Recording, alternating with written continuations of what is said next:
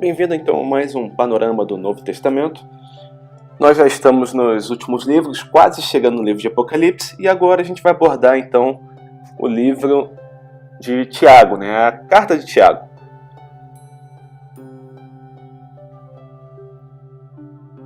Então, Tiago,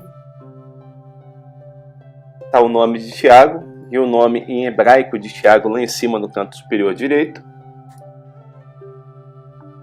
E a primeira coisa que a gente tem de questionamento quando a gente vai falar sobre a carta de Tiago é quem é Tiago? Essa é a grande pergunta, porque quando a gente olha as escrituras, a gente encontra alguns Tiagos no Novo Testamento. Então nós vamos ter Tiago, pai de Judas, Tiago, filho de Alfeu, Tiago, irmão de João, mas o pai de Judas era uma pessoa muito velha para ser considerado o autor dessa carta quando ela provavelmente foi escrita. A gente tem o filho de Alfeu também, que é desconsiderado, e João também, porque ele não se designa como apóstolo em momento nenhum. O único que vai sobrar é Tiago, irmão de Jesus. A gente vai falar um pouquinho com mais profundidade a respeito desses Tiagos quando a gente for tentar identificar Judas. Mais uma coisa que você tem que saber, que essa carta ela sempre teve dificuldade de ser interpretada porque Lutero considerava essa carta uma epístola de palha.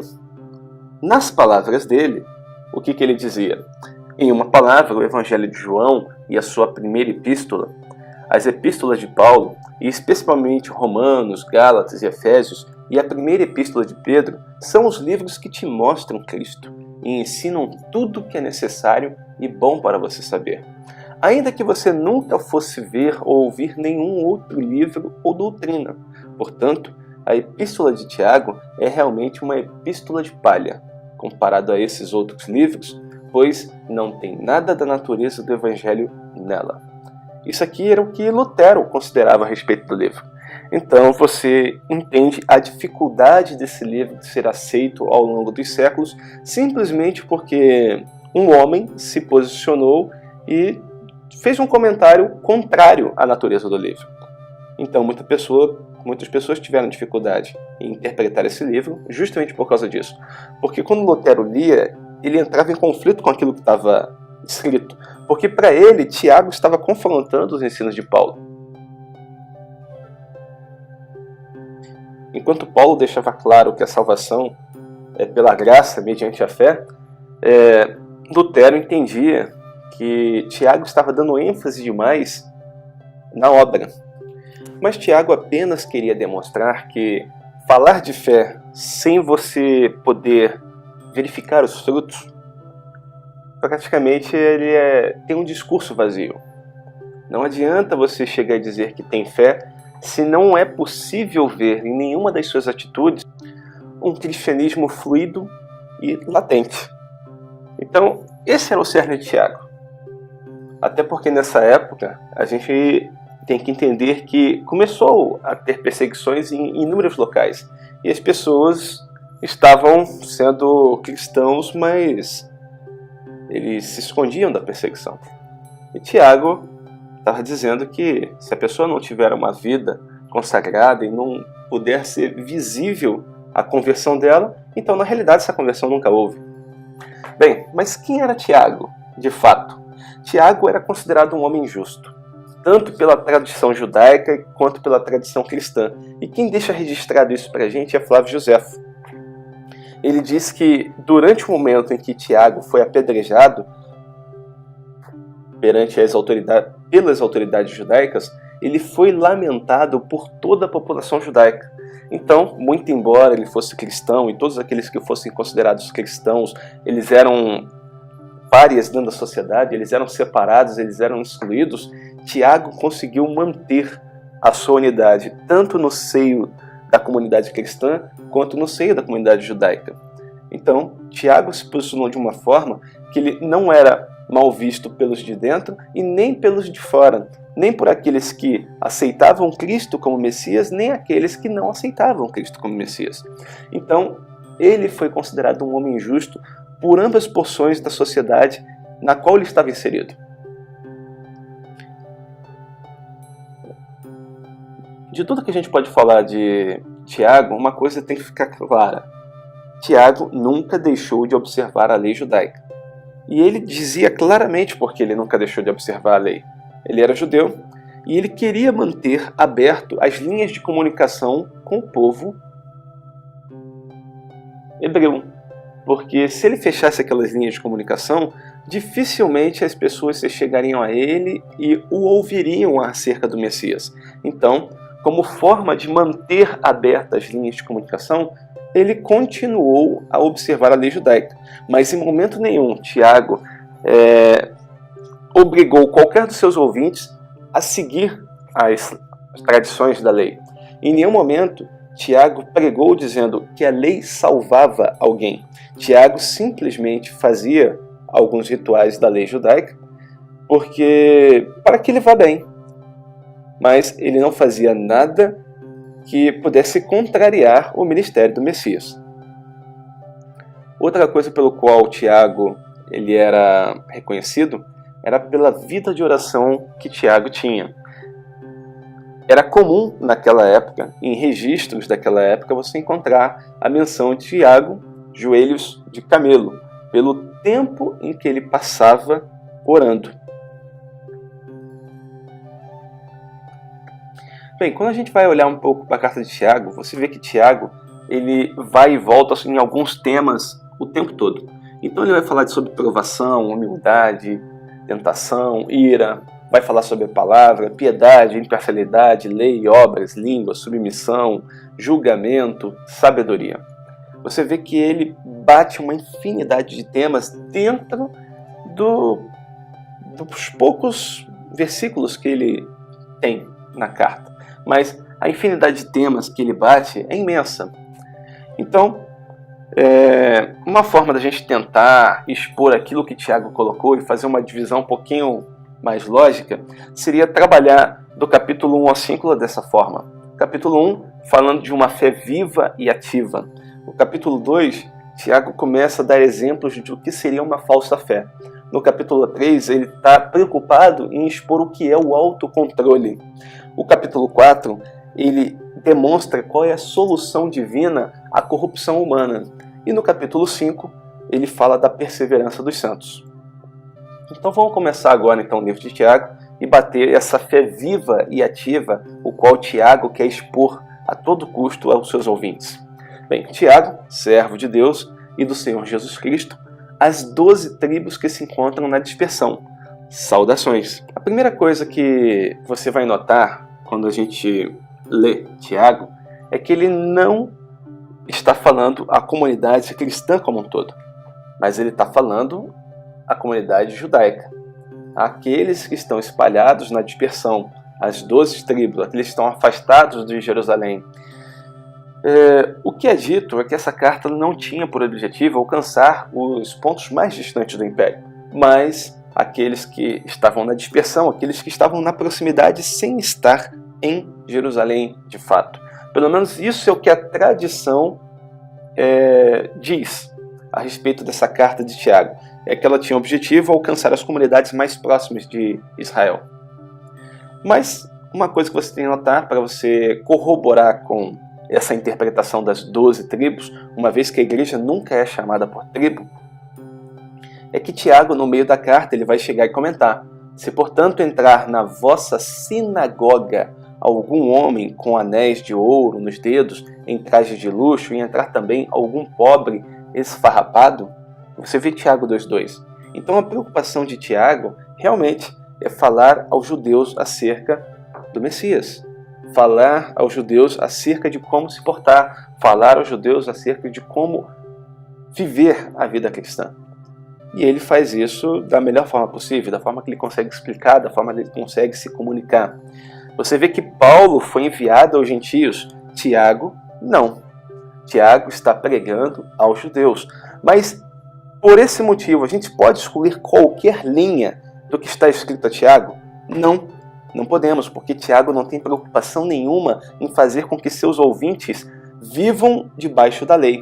Muito embora Tiago cumprisse, Tiago não registrou em nenhum dos seus escritos qualquer versículo que pudesse desabonar a conduta de Tiago como um cristão. Então, tudo aquilo que Tiago está falando a essas pessoas nas 12 tribos, ela se encaixa com perfeição a qualquer cristão que está vivendo nos nossos dias, seja ele gentio, seja ele judeu. Então, esse por si só já é um motivo tremendo para que você leia essa carta. Meus irmãos, tende por motivo de toda alegria o passardes por várias tribulações, sabendo que a provação da vossa fé, uma vez confirmada, produz perseverança. Deixem a perseverança completar sua tarefa, para que vocês se tornem maduros, íntegros e faltosos de nada. No contexto de Tiago, provações é qualquer coisa que quebre a paz, que quebre o conforto, que quebre a alegria e a felicidade. Então, qualquer coisa que viesse a mexer num desses pilares, para Tiago era considerado provação. A palavra que ele usa denota isso. A mesma coisa quando a gente lê lá, sabendo que a provação da vossa fé, uma vez confirmada, produz perseverança. A ideia de perseverança que nós traduzimos para perseverança é fortificar a vontade contra o temor dos males. Então, qualquer coisa que venha quebrar a nossa paz, o nosso conforto, a alegria e felicidade, na realidade, ela vai produzir uma vontade mais forte. Ela vai fortificar a nossa vontade contra o temor dos males. Então, Tiago expõe isso na sua carta. E ele fala, deixa a perseverança completar a sua tarefa. Deixa com que todas as partes componham um todo. Deixa que ele complete as partes e crie um todo. Porque esse todo ele é necessário para que vocês se tornem maduros e íntegros e faltosos de nada. E a ideia aqui é submeter o próprio ser à prova e identificar a qualidade ou a natureza daquilo que está sendo formado. Se, porém, algum de vós necessita de sabedoria, peça a Deus, que a todos dá liberalmente, e nada lhes propera, e ser-lhe-á concedido. Dentro desse contexto, sabedoria, ela quer dizer entendimento e capacidade para você agir de forma correta. Então, se porém algum de vós necessita de entendimento e capacidade para vocês poderem agir de forma correta perante a Deus, peça a Deus, que a todos dá liberalmente, e nada lhes impropera, ser-lhe-á concedido. Então Tiago está trabalhando com absolutos bíblicos que deveriam ser colocados em prática. Ele está falando, olha, Deus é assim. Peça e receberá. Então, o tempo todo, a condução de Tiago indica que aquela aprovação que ele iniciou ao comentar nos versículos anteriores, ela vai conduzir o homem a glorificar a Deus. Porque quando o homem passa por aquela tribulação, aquela aprovação, o homem começa a verificar que nele mesmo não se encontra sabedoria nenhuma. Nele mesmo não se encontra capacidade nenhuma. Ele começa a enxergar que ele é falho, defeituoso e que ele necessita de ajuda para vencer os problemas da vida. E aí o homem é conduzido à presença de Deus. Ele é conduzido a clamar por aquele que tem entendimento sobre todas as coisas, aquele que tem capacidade para resolver todos os problemas. E ele chega-se a esse ser para poder realmente pedir por sabedoria que Deus dá a todos liberalmente. Bem-aventurado o homem que suporta com perseverança a aprovação, porque depois de ter sido aprovado, receberá a coroa da vida. O que você tem que entender com esse termo perseverança? Perseverança é a palavra sevelenut.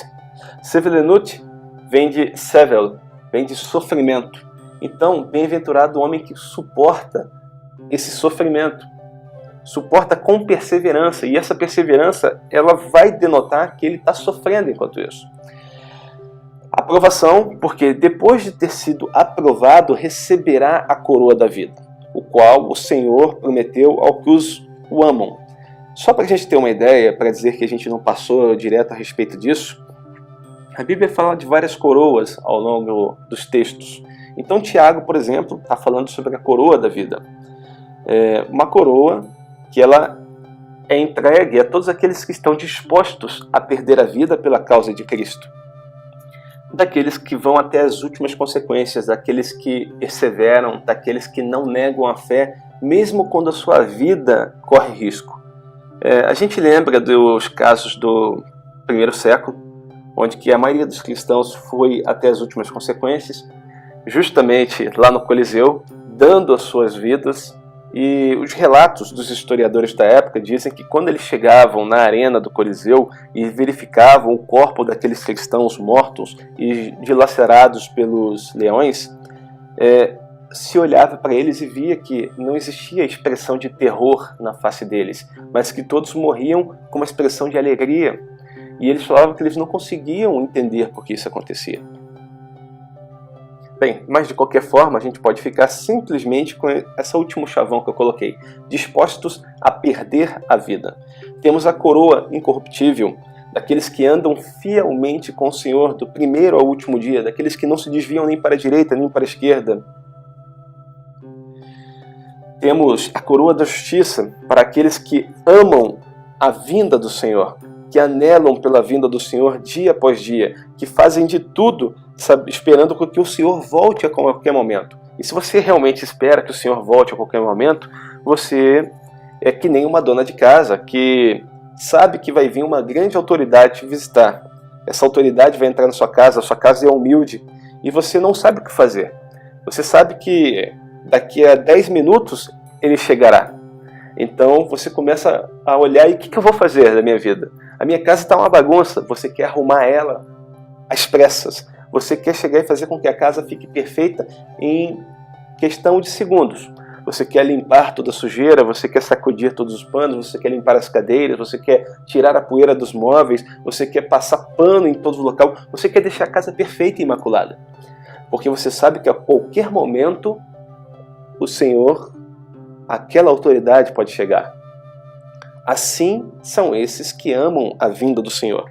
Eles esperam que a qualquer momento o Senhor possa chegar. E se eles esperam pela vinda do Senhor a qualquer momento, eles fazem de tudo para serem santos em conformidade com a sua palavra pede. Então esses receberão a coroa da justiça.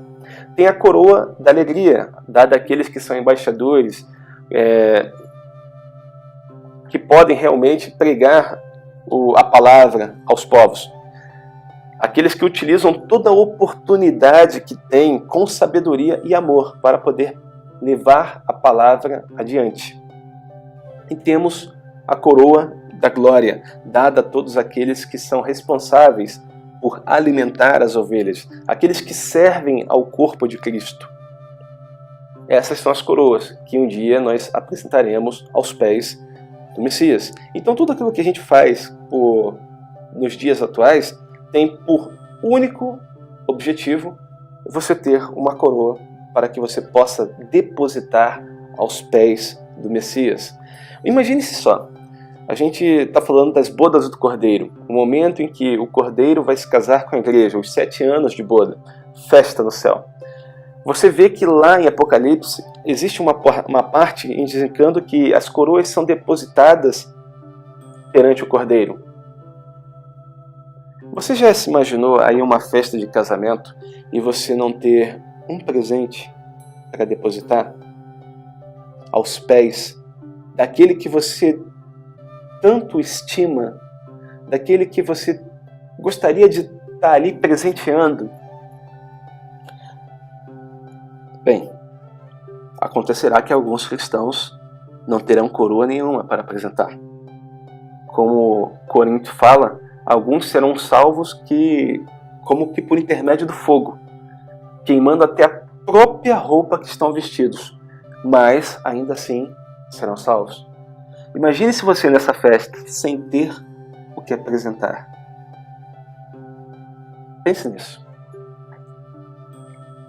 Tornai-vos, pois, praticantes da palavra e não somente ouvintes, enganando-vos a vós mesmos. Porque se alguém é ouvinte da palavra e não praticante, assemelha-se ao homem que contempla num espelho o seu rosto natural, pois a si mesmo se contempla e se retira, e para logo se esquece de como era a sua aparência. Mas aquele que considera atentamente na lei perfeita, na lei da liberdade, e nela persevera, não sendo ouvinte negligente, mas operoso praticante, esse será bem-aventurado no que realizar. Esse é um texto que a gente passa batido nele, que a gente não trata o texto com o cuidado que nós deveríamos tratar. Simplesmente porque o texto parece simples, mas ele não é. Porque olha só, porque se alguém é ouvinte da palavra e não praticante, assemelha-se a um homem que contempla num espelho o seu rosto natural, pois assim mesmo se contempla e se retira, e para logo se esquece de como era a sua aparência. Beleza, está falando de um homem frente do espelho, saiu da frente do espelho e falou que o homem naturalmente esquece como era a sua aparência. Bem, você já começa a ficar com um pouquinho de dúvida do que ele está falando. Aí depois ele continua. Mas aquele que considera atentamente na lei perfeita, na lei da liberdade, nela persevera, não sendo ouvinte negligente, mas operoso praticante, esse será bem-aventurado. Beleza, o que tem a ver o homem que entra na frente do espelho com o homem que está atento à lei perfeita? Praticamente ele saiu de uma conotação e foi para outra completamente diferente. Mas se nós analisarmos o que ele quis dizer dentro da sua época, fica um pouco mais fácil da gente entender como ele está descrevendo essa passagem. E a ideia é trabalhar dessa forma. Porque olha só, esse homem, ele se contempla num espelho, contempla o seu rosto natural, conforme ele está dizendo. Mas naquela época não existia o espelho conforme nós temos hoje. O espelho, na realidade, era um metal polido. Então, era feito de bronze, de prata ou de ouro. Aqueles que realmente tinham muitas posses poderiam fazer um espelho de ouro. Mas o natural era você ter um espelho de bronze. E alguns tinham um espelho de prata. Então você tinha que polir aquele material intensamente, para que ele desse um aspecto reluzente e pudesse refletir uma imagem que estivesse diante dele.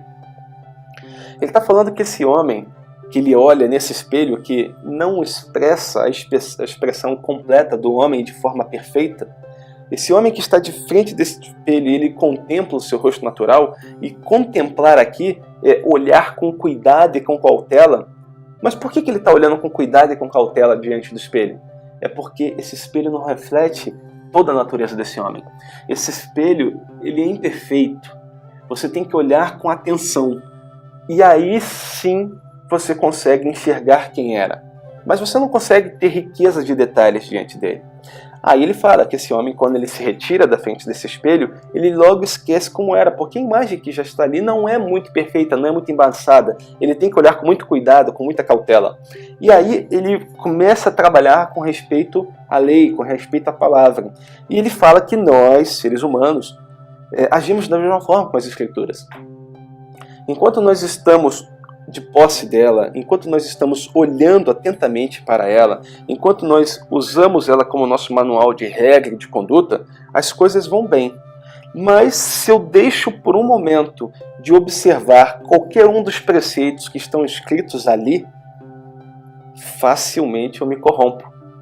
Facilmente eu esqueço o que eu deveria fazer e eu ando de forma errada.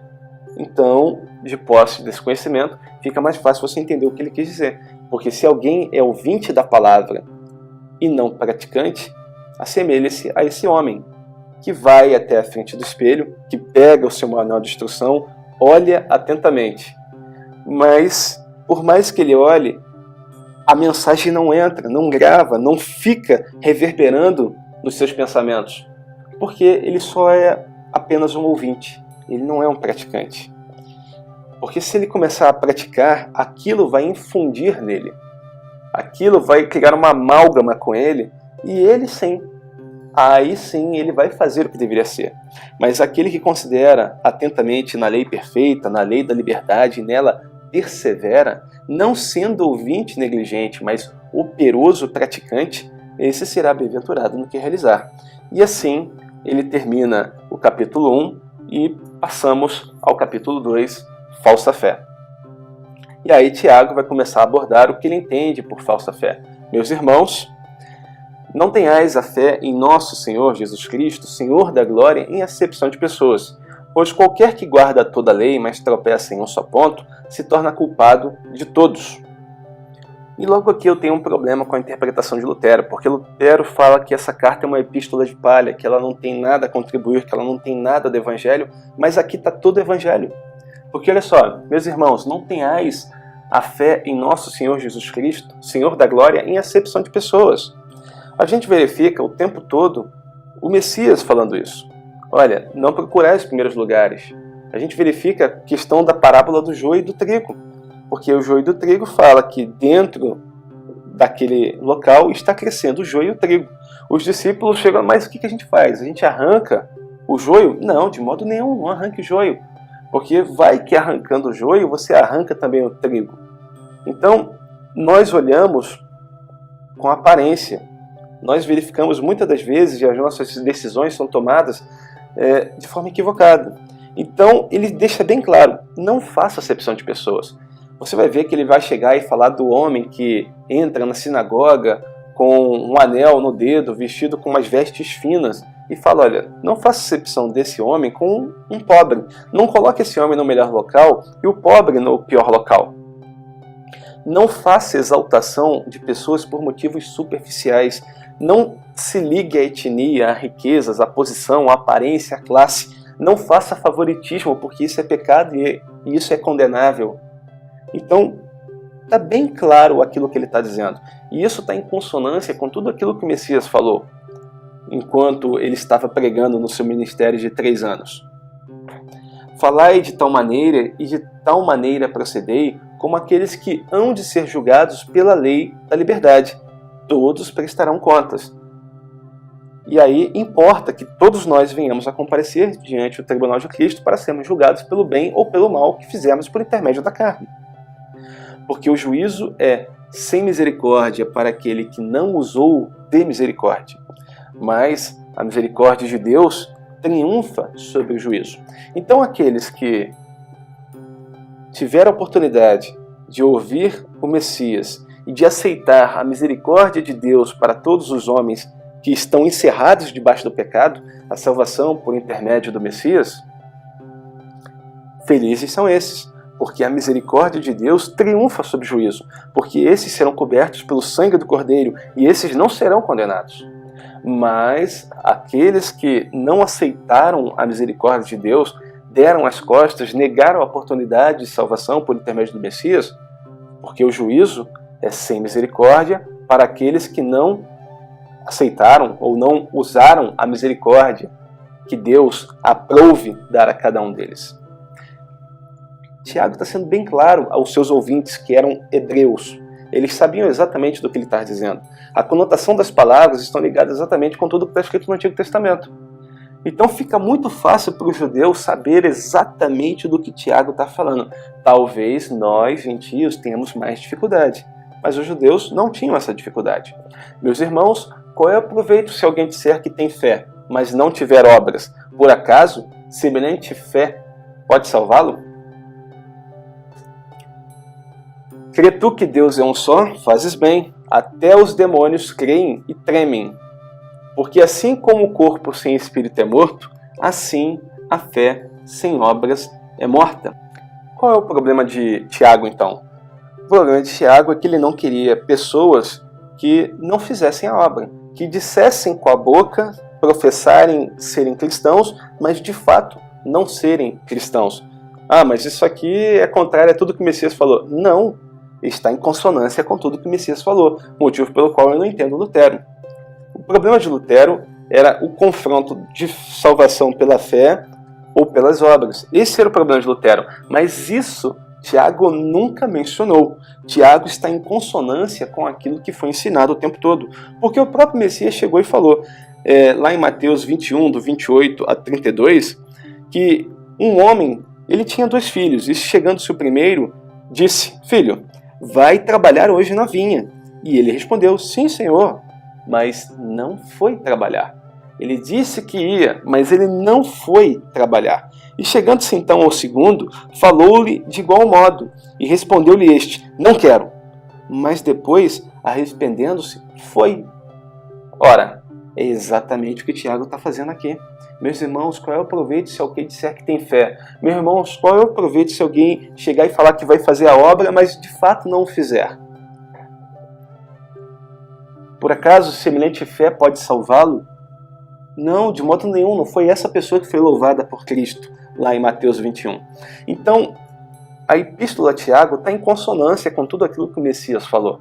Não tem como você chegar e dizer que isso aqui é uma epístola de palha, porque na realidade ele está reforçando aquilo que o Messias falou no seu ministério terreno e utilizando novos exemplos. Então fica muito mais fácil e muito mais rico você entender os conceitos porque eles se repetem. O Messias falou de uma forma e ele repete o mesmo conceito de outra forma. Então você consegue gravar isso na sua cabeça com mais facilidade. Não existe motivo pelo qual você chamar essa epístola de palha. Porque assim como o corpo sem espírito é morto, assim também a fé sem obras é morta. E assim a gente termina o capítulo 2 e ele vai para o capítulo que ele quer tratar do que seria o autocontrole. Ou como se pode fazer, ou como pode se ter esse autocontrole. Meus irmãos, não vos torneis muitos de vós mestres, sabendo que havemos de receber maior juízo. Isso daqui é um problema para a maioria, porque a maioria acha que, opa, já que eu vou receber maior juízo, então é bom eu não estudar.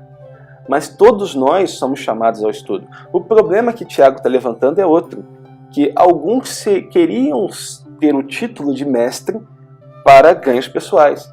Porque naquela época você ser mestre te colocava numa posição de status superior aos demais. Lembrando que nós estamos falando a judeus que estavam presentes numa sinagoga.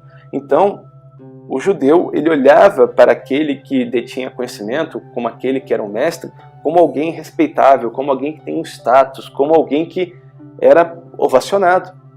E aqui Tiago está deixando bem claro, não vos torneis muitos de vós mestres, sabendo que havemos de receber maior juízo. Então, de modo nenhum, as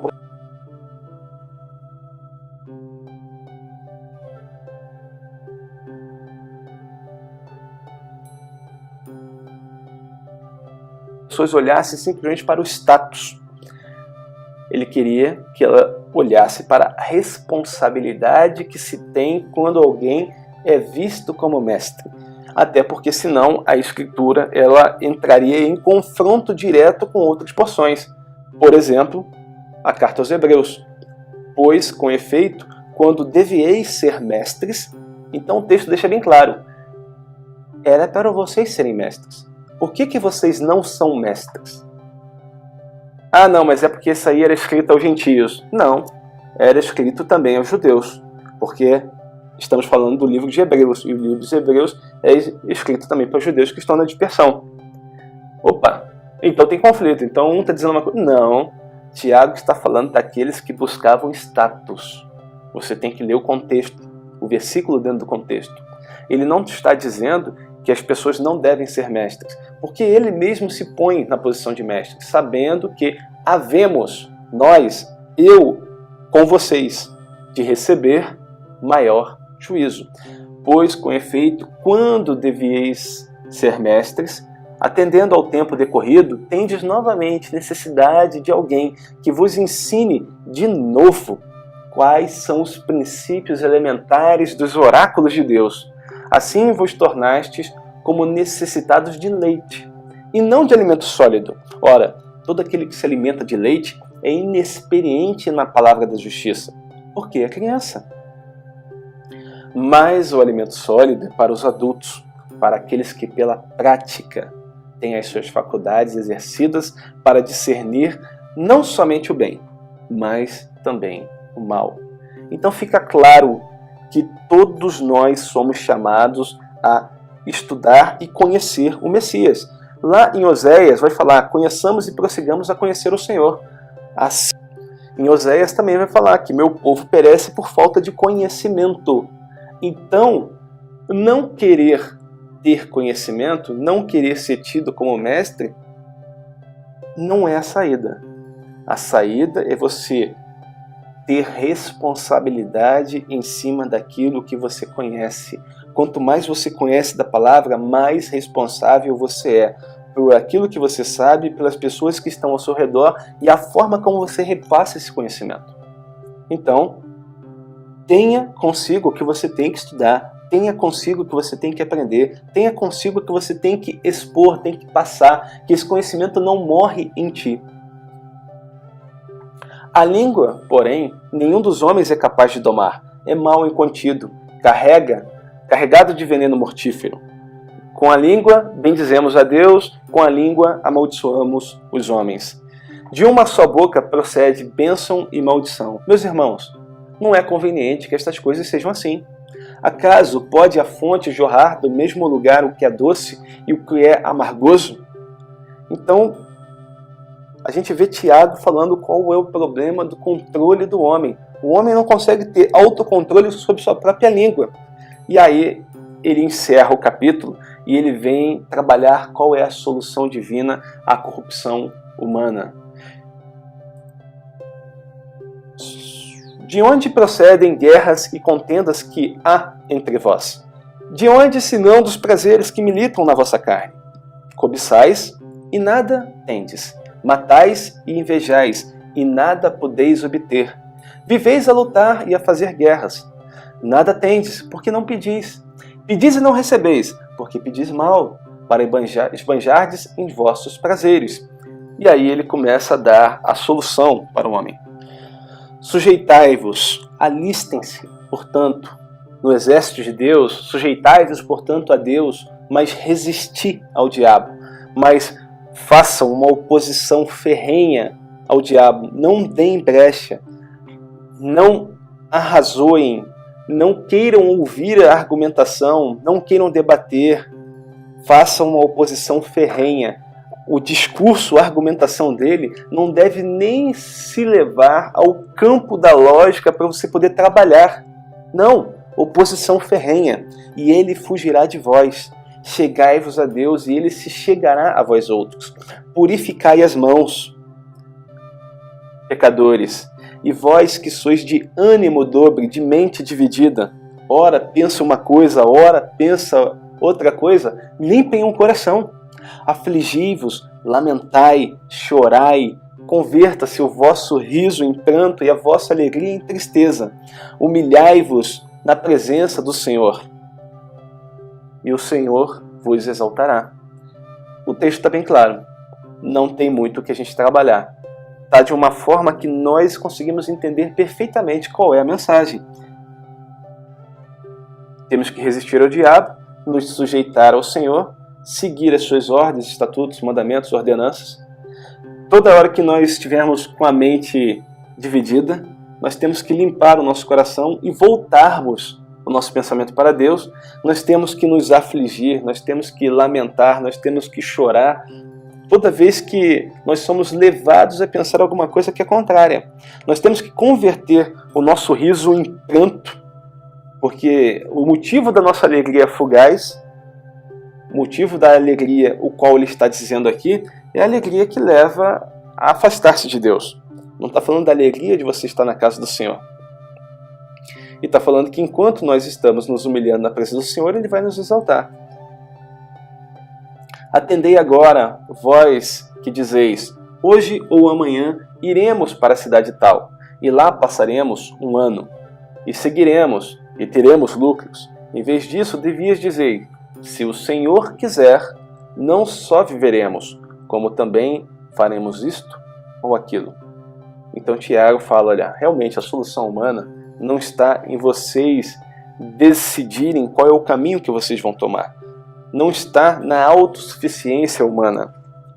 Vocês não têm capacidade de saber o que vocês vão fazer no dia seguinte. Na realidade, todos os planos que vocês pensam fazer, vocês só conseguem fazer se assim Deus o permitir. Então, seria importante, e diga-se de passagem, sábio, se vocês pensassem da mesma forma que os outros. Se o Senhor quiser, se o Senhor permitir, se for da vontade dele, não só viveremos, como também iremos àquela tal cidade. Lá passaremos um ano e lá negociaremos e teremos lucros, mas só se o Senhor assim permitir. Então ele diz que a solução divina à corrupção humana é o homem voltar-se a Deus, é realmente estar debaixo do senhorio de Cristo. E aí, por fim, ele vai tratar no seu derradeiro capítulo sobre a perseverança. Então vamos a ela. Atendei agora, ricos, chorai lamentando por causa das vossas desventuras, que vos sobrevirão. As vossas riquezas estão corruptas, as vossas roupagens comida de traça. O vosso ouro e a vossa prata foram gastos de ferrugem, e a sua ferrugem há de ser por testemunho contra vós mesmos, e há de devorar como fogo as vossas carnes. Tesouros acumulaste nos últimos dias. Eis que o salário dos trabalhadores que ceifaram os vossos campos e que vos foi retido com fraude está clamando, e os clamores dos ceifeiros penetraram até os ouvidos do Senhor dos Exércitos. Sede, pois, irmãos, pacientes até a vinda do Senhor. Eis que o lavrador aguarda com paciência o precioso fruto da terra, até receber as primeiras e as últimas chuvas. Tiago então começa a falar de um momento em que vai ter dificuldade, onde que nenhuma daquelas riquezas que os homens acumularam durante a sua vida vai servir de alguma coisa. Tiago já está apontando para os últimos dias. Tesouros acumulaste para os últimos dias. E aí ele indica que qualquer tipo de riqueza, nada disso servirá para que o homem possa se livrar daquilo a qual ele estará sendo imputado. E eis que o salário dos trabalhadores que ceifaram os vossos campos e que vos foi retido como fraude está clamando, e o clamor dos ceifeiros penetraram até os ouvidos do Senhor dos Exércitos. Tiago novamente está falando dos últimos dias, está falando daquilo que o seu povo mais entende, daquilo que os profetas o tempo todo anunciaram, que o juízo de Deus viria, que a ira do Senhor seria derramada sobre a face da terra. E ele fala para esses que se apoiam nas riquezas para tomarem cuidado. De igual modo, Tiago vai olhar para esses que estão sofrendo, para esses que têm que suportar tudo aquilo que está acontecendo com eles. E ele fala, pois, sede, irmãos, pacientes, tenham capacidade de suportar todo o mal que vem sobre vocês, até que o Senhor chegue, até que Ele volte. Eis que o lavrador aguarda com paciência o fruto da terra, até receber a primeira chuva. E o lavrador faz assim mesmo, porque ele vai plantar, ele vai cavar o buraco, colocar a semente, vai cobrir a terra e vai aguardar pacientemente que a primeira chuva venha. E depois que ela vem, ele continua esperando, porque ele ainda não vê o resultado do seu penoso trabalho. Ele não vê nada sendo germinar durante um bom tempo. E quando começa a germinar, quando começa a florar da terra, quando começa a sair alguma coisa, mesmo assim ele tem que aguardar. Ele tem que aguardar até a última chuva que vai fazer com que aquela planta ela chegue à sua estatura perfeita, floresça e frutifique. E aí sim ele possa usufruir de tudo aquilo que ele plantou. Então o trabalho é árduo. Ele fala, tenham capacidade de suportar até que chegue a última chuva. É demorado, sim, é demorado, mas suportem. E ele está falando isso o tempo todo. Sede vós também pacientes e fortalecei o vosso coração, pois a vinda do Senhor está próxima. Eis que o Senhor está às portas. Irmãos, não vos queixeis uns dos outros para não serdes julgados. Eis que o juiz está às portas. Então, a próxima coisa que vai acontecer é o juiz entrar. Então ele está falando de um contexto que era comum naquela época. As pessoas estavam para ser julgadas e quando o juiz entrava no local onde existia o julgamento, aí se começava a sessão e, propriamente dito, seriam julgados todos os casos. Ele falou que o juiz já está na porta. Só falta ele empurrar a porta e abrir. O momento é derradeiro. Vocês vão cometer algum delito? Vocês vão realmente entrar para serem julgados? Vocês realmente vão ser considerados como alvos de crítica? O juiz está às portas. Não convém fazer isso. Convém que vocês sejam prudentes, convém que vocês andem em retidão. As portas do tribunal estão para serem abertas e o julgamento irá iniciar. Então, tenham cuidado, tenham zelo, fortifiquem o vosso coração. Meus irmãos, se algum entre vós se desviar da verdade e alguém o converter, sabei que aquele que converte o pecador do seu caminho errado salvará da morte a alma dele e cobrirá multidão de pecados. E assim, Tiago vai terminar sua carta e vai terminar tudo aquilo que ele tinha para dizer. Você vê que a maior parte do que Tiago fala serve para o nosso dia a dia, serve para a gente entender como nós deveríamos nos portar. Não é algo que é específico somente para os judeus, mas cabe a todo e qualquer cristão. Então, que você fique com essa mensagem de Tiago, se é apenas um panorama. Existem muito mais coisas para você trabalhar, existe dentro das porções dos textos que nós analisamos, existe uma riqueza de detalhes imensa, o qual a gente não tem tempo para abordar porque é um panorama. Esse era o objetivo. Ele é uma aula em até 1 hora. Aqui a gente tenta correr para ficar em 30 minutos, para que a gente consiga postar esse vídeo sem ele ficar muito grande. Mas que você possa ter aproveitado, fique com a graça e a paz do Senhor e até o nosso próximo Panorama Bíblico. Shalom.